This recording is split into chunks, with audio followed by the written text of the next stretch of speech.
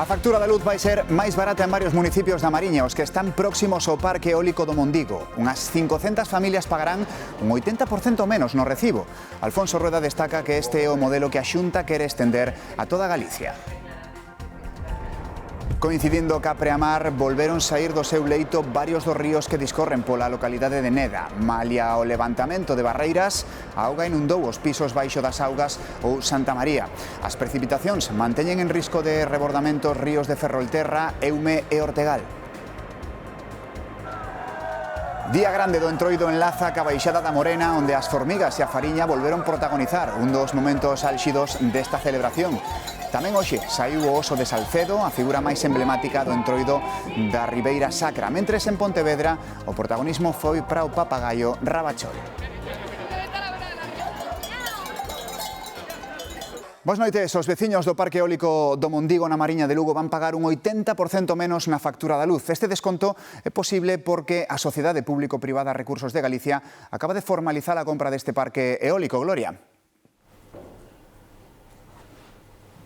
Sí, a Xunta calcula que se van beneficiar dese desconto unhas 500 familias que viven a menos de 2 kilómetros dese parque eólico de Mondigo, na Mariña lucense. O Goberno galego vai habilitar unha páxina web na que solicitar directamente esa rebaixa. Alfonso Rueda insiste en que o obxectivo é que os recursos enerxéticos galegos xeren riqueza no noso territorio. Con 11 aeroxeradores en funcionamento entre os concellos de Ribadeo e Trabada, o do Mondigo é o primeiro parque eólico que compra a empresa mixta Recursos de Galicia, que acaba de formalizar a súa adquisición por 75 millóns de euros. O desenvolvemento dun dos obxectivos principais, se me permiten o principal, que buscaba a Lei de Recursos Naturais de Galicia, que era que os proxectos enerxéticos que se acometan na nosa terra en Galicia redunden en beneficios sociais e económicos directos para as persoas e as empresas. Un deses beneficios é que os arredor de 500 veciños que están a menos de 2 kilómetros dese parque pagarán un 80% menos na factura da luz.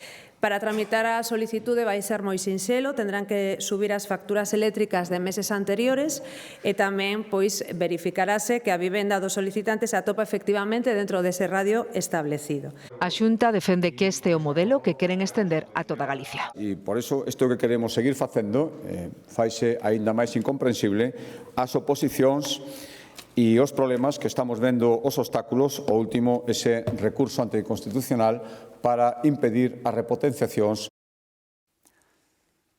O presidente do Goberno asina cos sindicatos e sen a COE a suba do salario mínimo interprofesional. Será de 1.221 euros ao mes. A patronal botalle en cara o gasto que suporá para os empresarios. Había 6 anos que a Sánchez non ía a este acto e hoxe foi a primeira vez que acompañou a Yolanda Díaz na sinatura.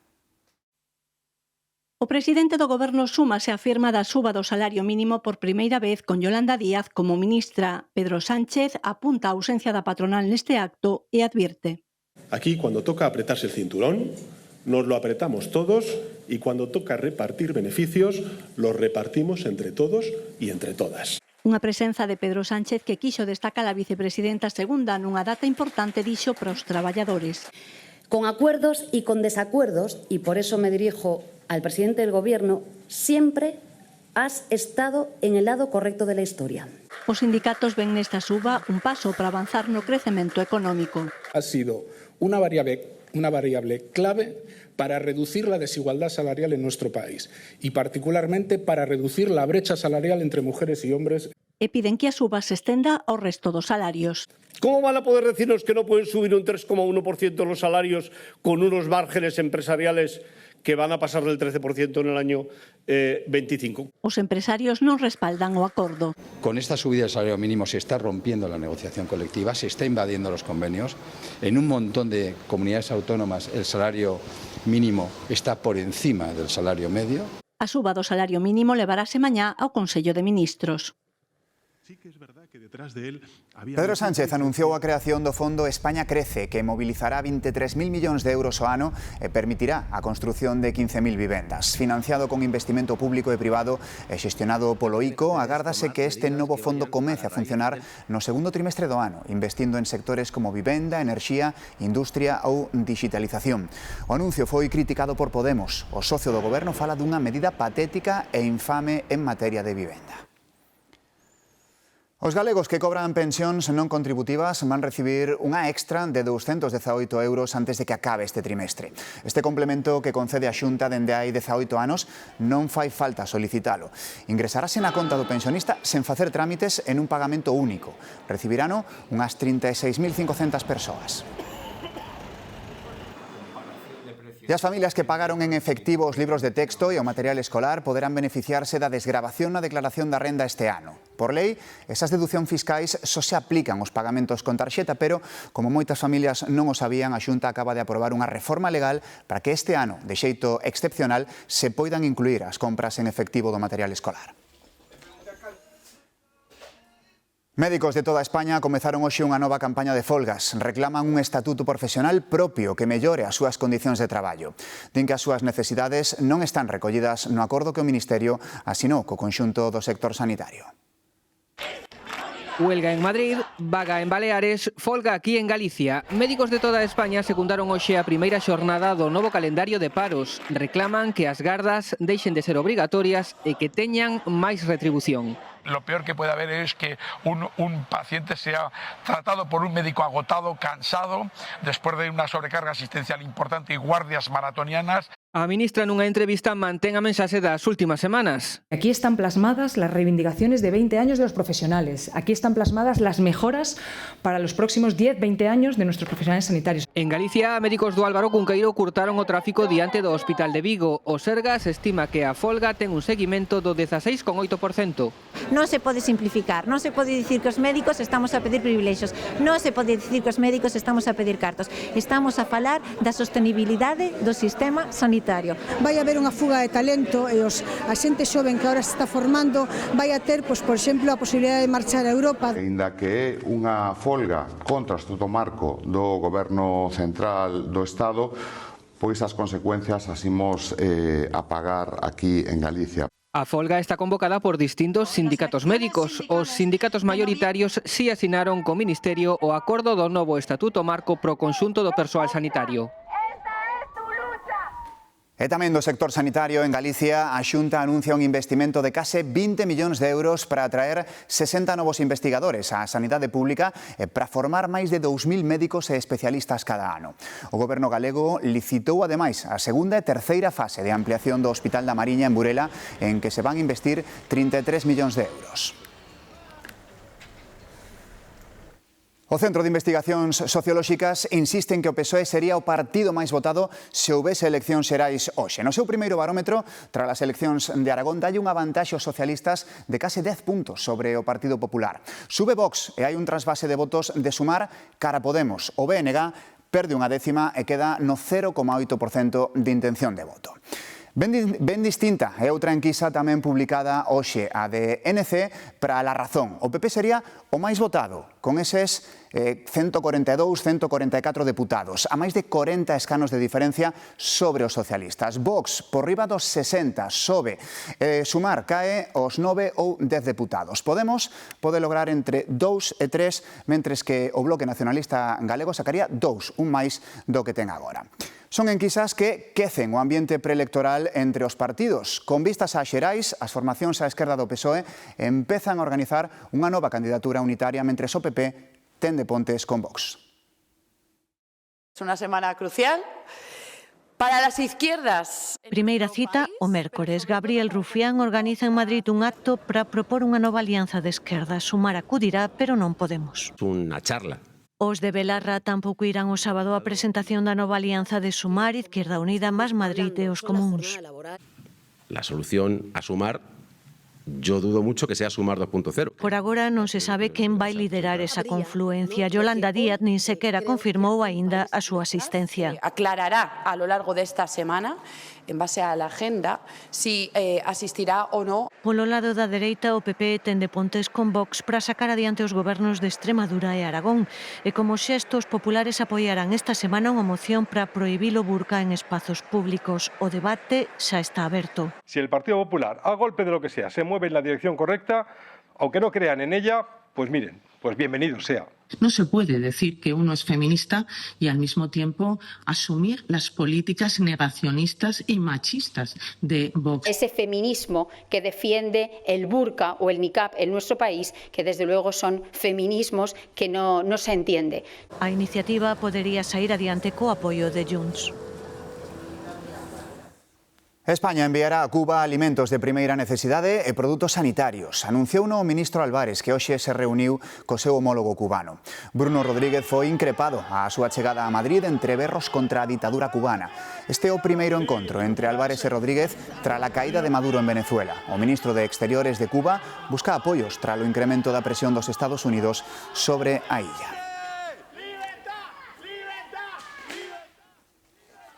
A liña de AVE Madrid-Sevilla, na que se produciu o accidente de Adamuz, xa está reparada. O administrador de infraestructuras ferroviarias acaba de confirmar que a vía xa está a disposición das operadoras para reanudar a circulación.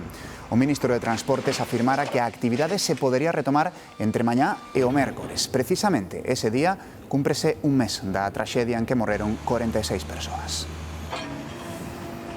Faleceu a muller acoitelada pola súa exparella esta mañá no Centro de Saúde de Benicàssim, en Castelló.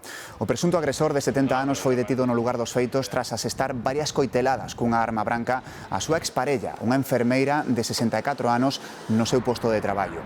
Foi trasladada con vida ao Hospital Xeral de Castelló, onde acabou falecendo. Segundo as primeiras investigacións, non hai constancia de que a vítima figurara no sistema Bioxen. Detido un veciño de Gondomar de 52 anos por presuntamente dispararlle varios balotes a unha muller. A vítima denuncia que os disparos lle pasaron a centímetros da cara. A Garda Civil despregou un operativo no barrio da Gándara e un negociador conseguiu tras 2 horas que o home se entregara voluntariamente. Está acusado dun delito de lesións con arma de aire comprimido en grao de tentativa. E volve ser noticia Martiño Ramos, o profesor de Ourense, exmembro da formación política en Marea, detido en Cuba por violar en Galicia unha menor. O Ministerio de Educación ditaminou que perdeu a súa praza de funcionario a petición da Consellería. A sentenza é firme e condena-o a 12 anos de inhabilitación absoluta. A expulsión do corpo de profesores publicouse hoxe. 4 días despois do incendio na comisaría de Santiago, hoxe volveu saír fume polas fiestras. Procedía da zona de vestiarios do inmoble. Os bombeiros aseguran que non houbo lapas, senón que se tratou dunha reactivación dos rescaldos polas altas temperaturas que aínda se rexistran no edificio. A policía despregará a partir do mércores puntos móviles no Obradoiro para atender os trámites relacionados co DNI e cos pasaportes. En Burela, hoxe non se fala doutra cousa. Varios axentes tiveron que efectuar disparos ao aire para reducir un home cun coitelo na man que ameazaba os que se achegaban a él. O incidente tivo lugar sobre as 5 da tarde do domingo. Un home visiblemente alterado percorría o paseo marítimo de Burela cun coitelo na man. Alertadas as forzas da orde, varios axentes da Garda Civil intentaron que soltara a arma, pero foi sin éxito, así que se viron obrigados a realizar varios disparos ao aire para que depuxera a súa actitude. Levaba un coitelo e nada, amenazou aos guardias co coitelo e claro, houve que rodealo hasta que conseguiron reducilo, claro. Foi bastante bravo. Queres ou non, había 7 ou 8 guardias e o chaval deu que facer. Queres ou non, deu que facer, é claro, eu non digo nada, con coitelo na mão, ben sabes como é. Actuaron ben, vaya, tiveron a mente fría. Tiraron uns tiros al aire para reducirlo, entón pousou o cuchillo, tirouse ali no fondo da playa, entón foi cando tiraron os guardias encima dele e los reduciron. Guardia Civil correndo atrás do paisano, ao depois colleron, levaron para arriba e era máis. Ninguén saiu ferido e tras a súa detención o home foi trasladado ao hospital para unha valoración. Pasa que mobilizou os bomberos, mobilizou a Guardia Civil, mobilizou a 112, a todo María Santísima. Tanto a Asociación Unificada como a Asociación Española de Gardas Civis defenden a rápida e eficaz actuación dos axentes en Burela e denuncian a falta de medios materiais e humanos coas que os corpos de seguridade teñen que afrontar situacións de alto risco. Varios ríos galegos están baixo vigilancia por risco de rebordamento. Algúns deles, como os que atravesan Neda, xa saíron do seu leito nalgúns puntos. Patricia.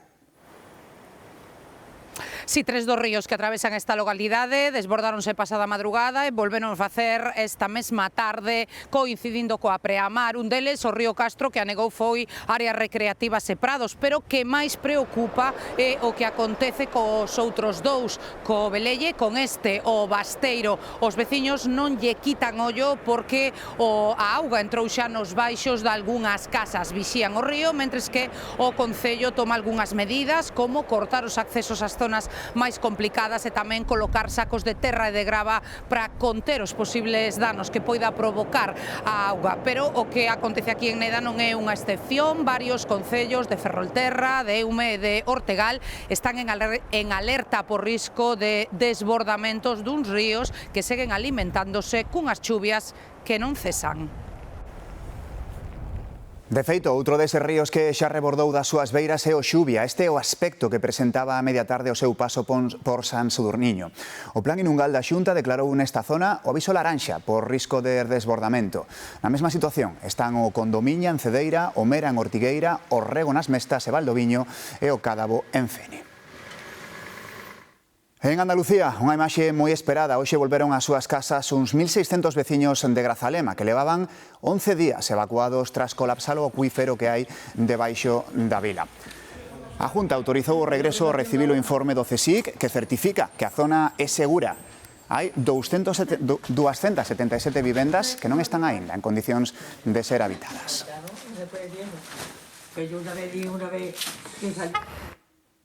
Cambiamos de tercio, 3 palabras: farrapada, formigas e morena. Son o resumo deste luns de Entroido en Laza. Andrea.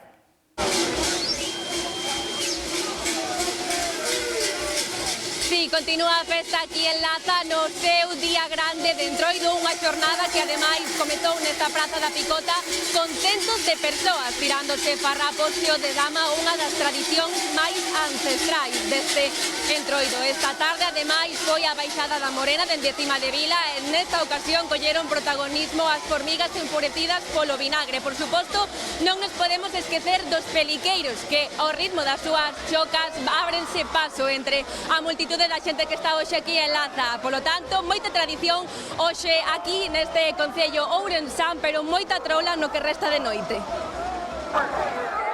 Moito chubasqueiro na Praza da Picota de Laza, agardando un dos momentos álxidos do luns borralleiro, a baixada da Morena e as formigas rabiosas. Esperando a que chova, aquí seguimos! Malia a choiva, aos peliqueiros custoulles abrirse paso por este centro neurálxico dos antroideiros. Case non se cabía. Nunca tiña habido e gustame moito, a verdad, moito ambiente. É a nosa primeira vez, é genial, a verdade. Un antroido moi local no que tamén se rabea coa política internacional.